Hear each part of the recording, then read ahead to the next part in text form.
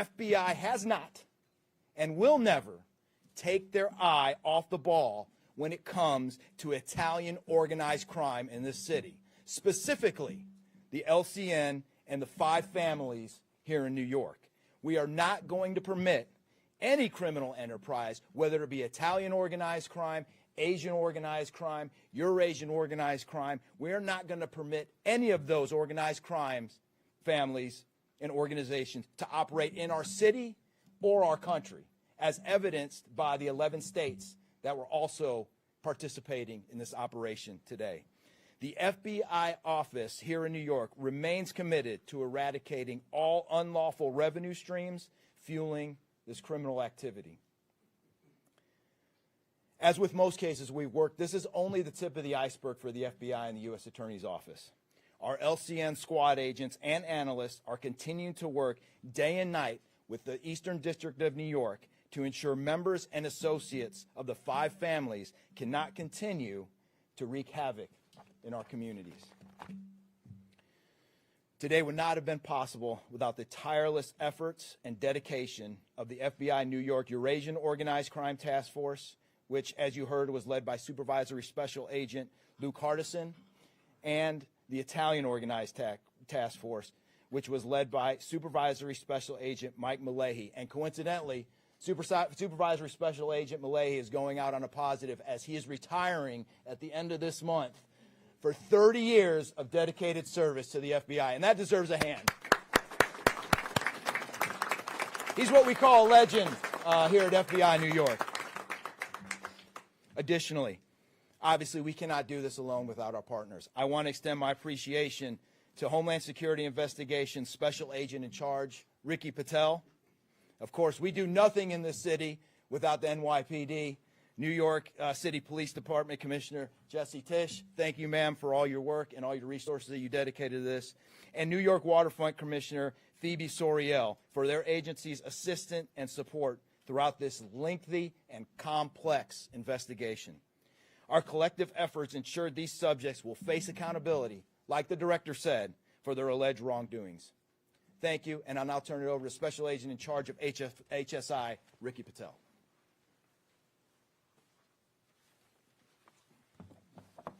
Thanks, Chris. Good afternoon, everyone. My name is Ricky Patel. I'm the Special Agent in charge for Homeland Security Investigations here in New York. This morning, hundreds of special agents and investigators with HSI, the FBI, the New York Waterfront Commission, and the NYPD descended upon the homes of individuals who for years have operated with the false sense of impunity, a false sense of incivility. In the early hours of today, across 9 states, coast to coast, dozens of defendants were arrested and will face the consequences of their alleged crimes. This was their wake-up call. With the alleged involvement of 3 La Cosa Nostra crime families, 1 NBA head coach, a Hall of Famer, no less, and former NBA players, the years of investigative work that culminated with this morning's operation seem reminiscent of a Hollywood movie. But this wasn't luck, and this wasn't theatrics. This was an evidence-driven, relentless, and unified effort among law enforcement. Through what we have dubbed Operation Royal Flush, HSI New York, along with our task force personnel from the Waterfront Commission, first uncovered this scheme more than 4 years ago. Agents and investigators dedicated countless hours and sleepless nights in identifying the criminal network, dissecting communications and patterns, and following the money with precision. We built the case, piece by piece, and what we discovered was a sprawling criminal enterprise that utilized cutting-edge technology and various methods of deception to dupe unsuspecting gamblers into paying up so that these defendants could cash out. As alleged, this sophisticated conspiracy cheated victims out of at least $7 million and placed the public and the defendants alike at risk. This case involved global reach, financial depth, and the patience to dismantle complex financial criminal enterprises from the inside out. When criminal organizations attempt to launder profits through our country, HSI connects the dots and shuts it down. To anyone who thinks intimidation, fraud, or violence will shield their profits, understand this. If you are exploiting our communities, expect HSI and all of our law enforcement partners at your door. I would like to thank all our partners here today. Obviously, the United States Attorney's Office for the Eastern District of New York, the Waterfront Commission, the FBI, the NYPD, and the prosecutors that will carry this forward. Today's arrests are not an endpoint. They are the start of accountability. Thank you, and I now turn it over to Police Commissioner Jessica Tisch.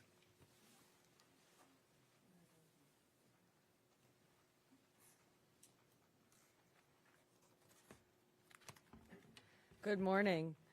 Thank you to Director Patel, Assistant Director Rea, and U.S. Attorney Nocella.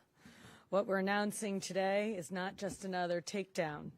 It's the result of more than 2 years of coordinated investigative work by the NYPD's Joint Organized Crime Task Force and the FBI.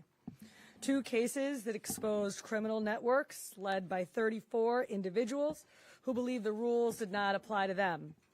They hid behind layers of complexity, behind money, and behind influence, believing those things would shield them from accountability. The first case, Operation Nothing But Bet, exposed a gambling ring built around professional basketball, where players and associates allegedly used inside information to manipulate prop bets on major sports betting platforms. They placed wagers on unders on players to score less, rebound less, assist less, using information that was not yet public. In some instances, players altered their performance or took themselves out of games to make sure that those bets paid out. One example occurred on March 23rd, 2023 in Charlotte. Terry Rozier, an NBA player now with the Miami Heat, but at the time playing for the Hornets, allegedly let others close to him know that he planned to leave the game early with a supposed injury. Using that information, members of the group placed more than $200,000 in wagers on his under statistics. Rozier exited the game after just 9 minutes, and those bets paid out, generating tens of thousands of dollars in profit. The proceeds were later delivered to his home, where the group counted their cash. As the NBA season tips off, his career is already benched, not for injury, but for integrity. As a result of this investigation, 6 defendants, including Rozier, are now facing conspiracy to commit bank and wire fraud. In a second case, Operation Zen Diagram, investigators uncovered a long-running scheme in which members and associates of several well-known organized crime families rigged high-stakes poker games across the country. These operatives included capos and multiple soldiers from the Bonanno, Gambino, Lucchese, and Genovese crime families, bringing 4 of the 5 families together in a single indictment is extraordinarily rare.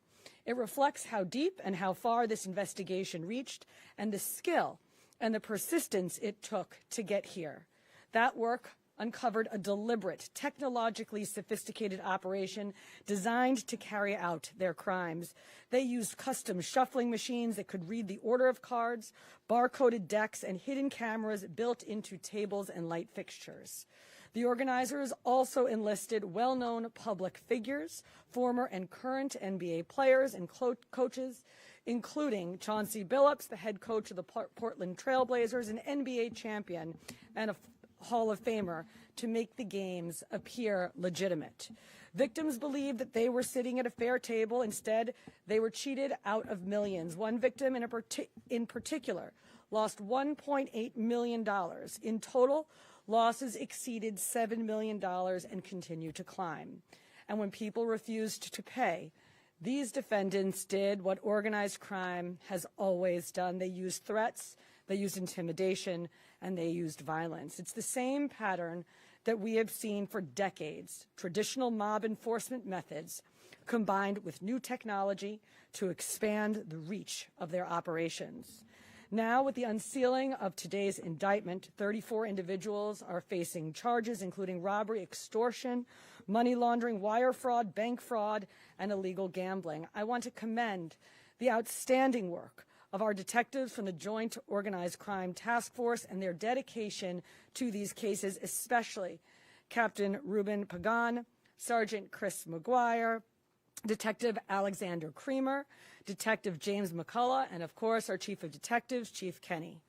As part of these investigations, our members recovered and reviewed thousands of hours of video, conducted extensive surveillance on illegal gambling locations across the city, and executed more than 24 search warrants on electronic records that revealed the true extent of this conspiracy.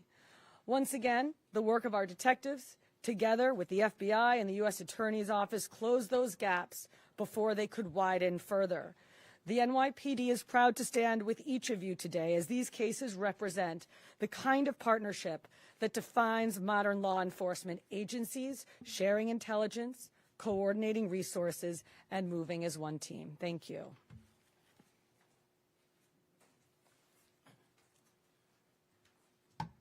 If anyone has any questions that they'd like to ask, now is the time. I had a question about the structure of the case. Is it the investigation into one case, did that lead into the discovery of the other? If you could talk more about the link between the two. I'm not at liberty to discuss either the background of the investigation itself or the investigation as it continues. So I'm afraid I can't really explain to you other than the fact that both cases have been unsealed today, and there was an overlap that has been discussed already with respect to certain of the defendants. Yes. Chauncey Porter claimed that he had a gambling addiction. Did Rozier or Billups or Damon Jones claim the same thing at all? With respect to any allegations or defenses that have been made by any of the defendants, they will have their opportunity to present them in court. We're not here to air those at this time or to discuss them. Yes. You said the investigation is still ongoing. There seems to be several players referenced in the indictments, some that may potentially pass on information. Is there the possibility of future arrests of NBA players in connection to the sports gambling operation specifically? As I said, I can't discuss ongoing investigations. The investigation is ongoing, which by definition means that there will be further evidence uncovered at a minimum, and there's always that possibility. But I can't comment any further with respect to that. Yes? Thank you. Director Patel, you had said in your comments, we're going to take heat for this case. Why do you say that, and what efforts might you take to counter that? It's not popular to go after some of the defendants that we went after today, but justice is served blindly. And how do we countermand that? Simple. The unsealing of these indictments today shows the force of the Department of Justice and our great Attorney General and the leadership that we have at the FBI and the team here to specifically mete out justice. And look, let's not, mince words. This is the insider trading saga for the NBA. That's what this is. That's why we are going to take heat. But as the evidence comes out, as the indictments are unsealed, you will see the extensive work these men and women put in, countless hours over years, and that's how we countermand it. So the dates on these indictments that they were filed are October 9th and October 16th. Can you talk about the timing of moving in now? Why now? We will not publicly discuss the timing of when we do takedowns. I will only say that we do takedowns in a coordinated fashion with our law enforcement partners and the U.S. Attorney at the appropriate time to make sure that we ensure the integrity of the investigation, as the United States Attorney said, an investigation that is very much ongoing. Director Patel, you said insider trading for the NBA. What are the implications of this case for other sports leagues and for the legal gambling industry in general? Simple. If you're participating in the legal gambling industry, you got nothing to worry about. If you're participating in illegal conduct, you got everything to worry about, and this case shows it. Did the illegal conduct cross with the legal sports betting platforms in any capacity? And if so, is that the search warrants that the police commissioner just referenced? I'm not sure I quite understand your question. You're asking if the illegal conduct... If it crossed with, like, the sports betting industry or the online sports betting? The sports books themselves are victims in this case. They themselves did not, as far as our investigation has concluded, they did not perpetrate anything unlawful. So are you able to say which sports books or online outlets they use to make these bets? I'm not going to respond to that at this time, but that information will be made public. Yes? Can you identify the access point where these co-conspirators were able to recruit these, famous people to partake in the schemes? When you say the access point, They were able to recruit I'm not sure which case you're referring to. Both. Well, Rozier, how he was recruited, Damon Jones in the NBA scandal, and then Billups for the poker game. we're not at liberty to say that at this time. That will be revealed in due course. Yes. What is your question, sir? Hey, thanks for being here. You just said that the sports books themselves are the victims, at least in the indictment involving Terry Rozier and others. They're among the victims.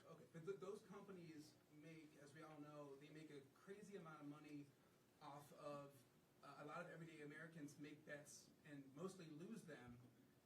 Are you concerned with a jury potentially not being sympathetic in a case where the victims, as you say, are these multi-million or billion-dollar gambling companies? Let me repeat that all of the defendants themselves are presumed innocent.